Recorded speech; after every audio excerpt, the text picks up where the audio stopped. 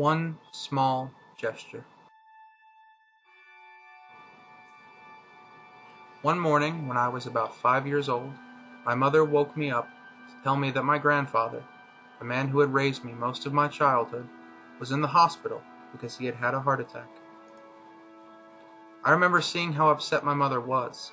However, because I was at such a young age, I was not able to fully grasp the severity of the situation.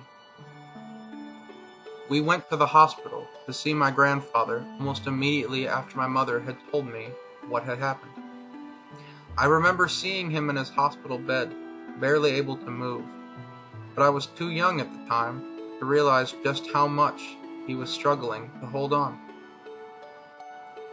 Not long after he was hospitalized, my mother brought home a recordable get well card, and she asked me to record a message on it for my grandfather.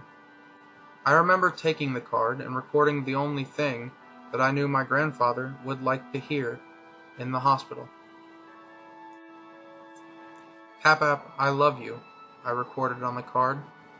Pap-Pap was a nickname that I had created for my grandfather because I could not pronounce grandfather when I was younger, and at the time I believed that this small gesture could help him.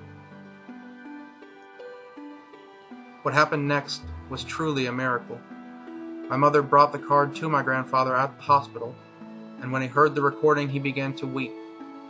"No matter what, I am going to make it through this, because I need to be there for my grandson," he said to my mother. Despite his weak heart, my grandfather willed himself to pull through, and he spent the next 15 years being there for me in times of need and giving me guidance and assurance and helping me through the most difficult times of my life.